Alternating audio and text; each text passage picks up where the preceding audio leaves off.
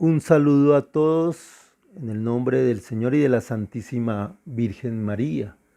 Cada 25 de julio celebramos la festividad de Santiago el Mayor. Se dice Santiago el Mayor porque había otro Santiago y ese Santiago, pues para diferenciarlo se le decía el Menor. Santiago era hermano de Juan, el discípulo amado del Señor. Estos hermanos tenían como padres a Jacobo de Zebedeo, aunque también se le pronuncia como Zebedeo solamente, ¿no? Zebedeo. Y a María Salomé, ellos eran sus padres. De allí, al pronunciarle este nombre, hay que tener en cuenta que básicamente siempre se daba al varón el nombre del papá. Entonces, Santiago originalmente su nombre es Jacobo, Jacobo. Pronunciándolo en hebreo sería Jacob, pero al tener varios cambios en la sociedad, en las lenguas, al pasarlo al latín, el nombre de Jacobo se pronunciaba Santiakov, Santiakov, ¿sí? Al decir Santiakov, pues la gente lo fue cambiando hasta que se llegó al nombre de Santiago y más adelante también nació Jaime y Diego. Todo eso porque hay unos cambios sociales y de lengua. Entonces, al decir yo Jacobo, Santiago, Diego y Jaime, estoy pronunciando que todos son originales con el nombre de Jacobo. Es como mi nombre, Juan. Mi nombre Juan también se puede pronunciar como Giovanni, Iván, Joan, Jack, John. Entonces es el mismo nombre, pero que cambian circunstancialmente según las lenguas. Los padres de Santiago eran empresarios de la pesca. Y eso lo podemos leer un poquito en Mateo 4, versículo 21, donde decía que tenían jornaleros, que tenían redes. Esa era la expresión de decir que ellos manejaban esa empresa. Es decir, era tanto Zebedeo como María Salomé eran empresarios y tenían a su cargo varias personas. Entonces, tanto Juan como Santiago, pues eran pescadores, pero porque ellos querían, es decir, tenían una muy buena posición económica. Y su jornalero era Pedro. Él sí era el jornalero. Entonces, de ahí vamos partiendo que tanto Juan como Santiago, como no tenían problemas económicos, ellos tranquilamente podían acercarse a Juan el Bautista, su primer maestro formador. También en la Biblia vemos que dicen que tanto Juan como Santiago, apenas lo llamó el Señor, soltaron las redes. ¿Por qué? No se preocupaban por los temas materiales, gracias a Dios estaban muy bien, pero su corazón los llamaba al encuentro con el Señor. Entonces ahí ya vamos viendo cómo tanto Juan, Santiago el Mayor y Pedro eran muy amigos, ya eran muy conocidos y ahí vamos viendo cómo estos tres personajes son los que están más cercanos al Señor en sus momentos oportunos, en sus momentos misteriosos. Y porque ya venían de la escuela de Juan el Bautista, entonces ya había un gran acercamiento. En Lucas capítulo 9, versículo entre el 52 y 56, Lucas nos relata que tanto a Santiago el Mayor como a Juan, el Señor les dice que son los Boarges, son los hijos del trueno.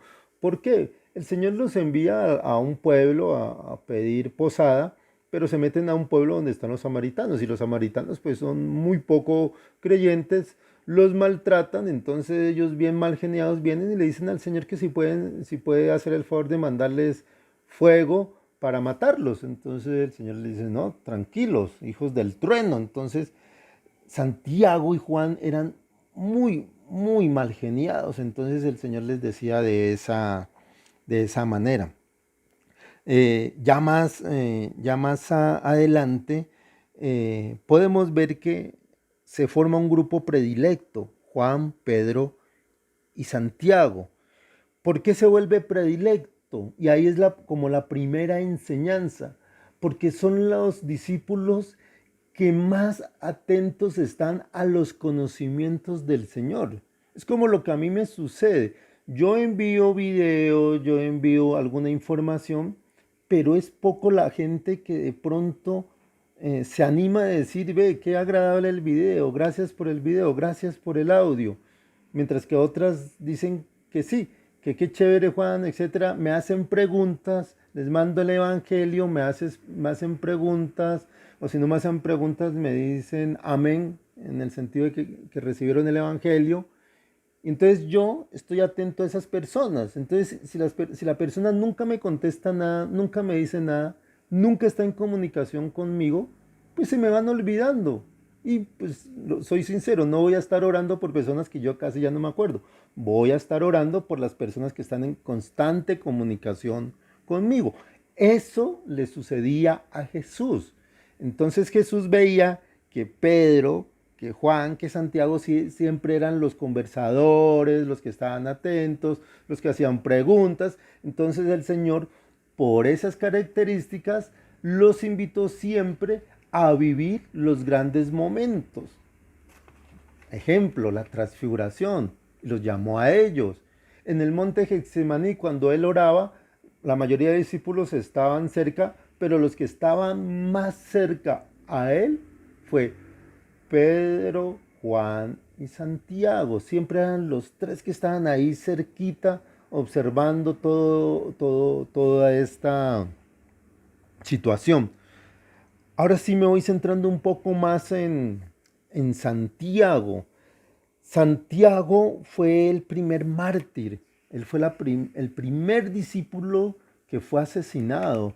Él fue asesinado más o menos teniendo, digamos, unos 50, entre los 45 y 50 años. Murió bastante joven, murió decapitado a manos de Herodes, que le mandó a cortar la cabeza.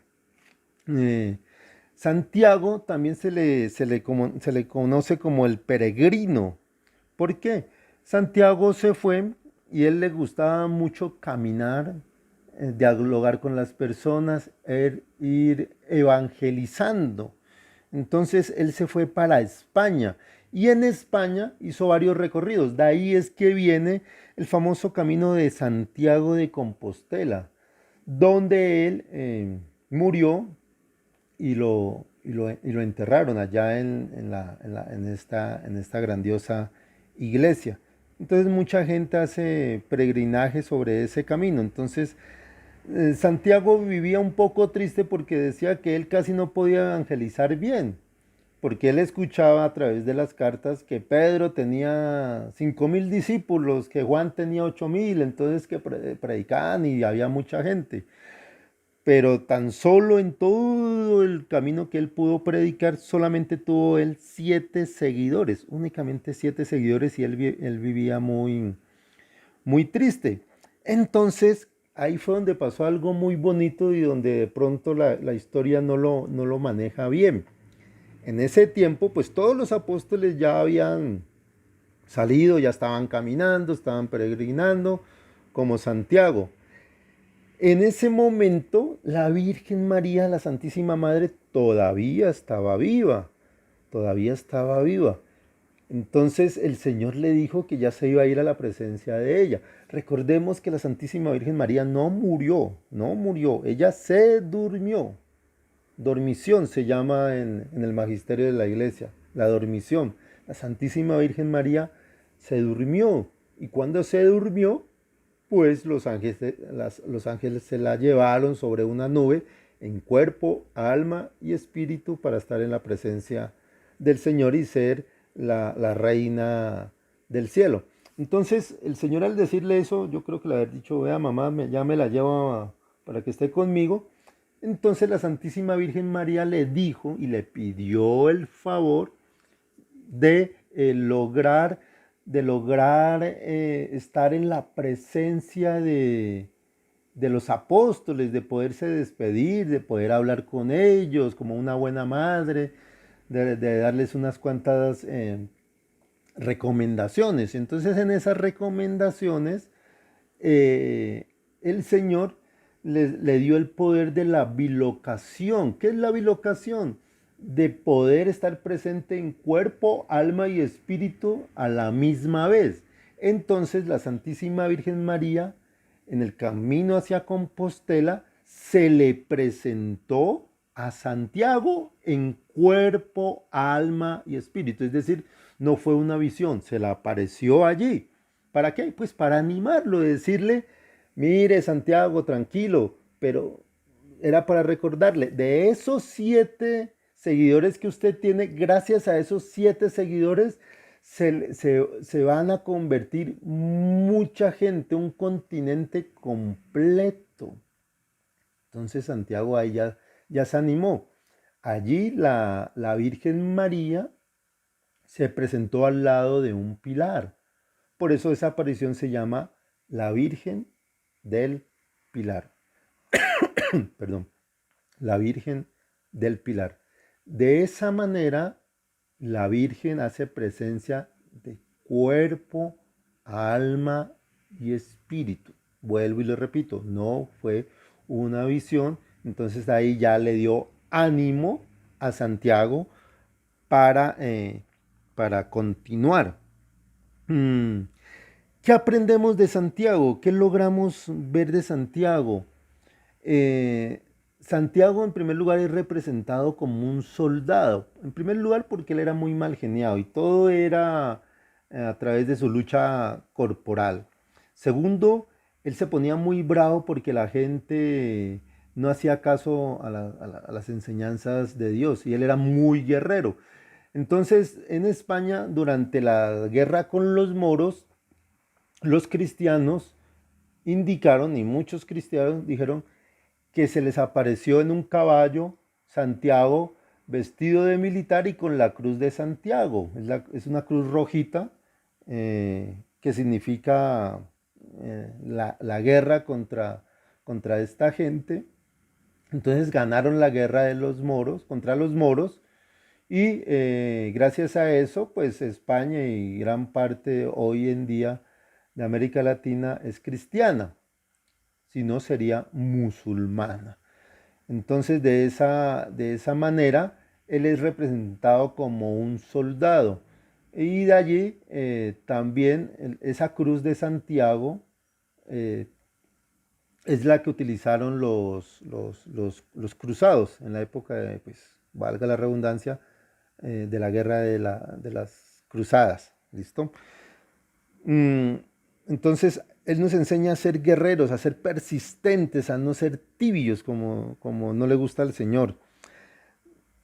Otras enseñanzas básicas de Santiago es vivir feliz ante la prueba. Él era muy feliz. Cuando había mayor complicaciones en la vida cristiana, era muy feliz. Muchas personas tienen complicaciones en la vida y abandonan a Dios de una, discuten, alegan y se alejan de Dios porque hay una prueba. No, Santiago nos dice, entre más sea el camino lleno de dificultades, gloria a Dios, llenarse de esa felicidad. Nos enseña que hay que ser muy prudentes. A pesar de su mal genio, Santiago era muy prudente y decía que el peor veneno de un cristiano es la lengua, que la lengua destila mucho veneno a través del chisme, de poder matar la honra de una persona a través de los comentarios. Entonces él siempre decía que había que ser muy prudente con la lengua y siempre hablar cosas positivas, nunca ser negativo y sobre todo siempre dar ánimo y no maldecir a través de la boca, de la lengua. Eh, Santiago también nos enseña a decir que la importancia de toda persona, que la importancia del ser humano es su calidad espiritual, es todo lo que él, la persona vive de espíritu. Santiago no vivía de apariencia, sobre todo que en esa época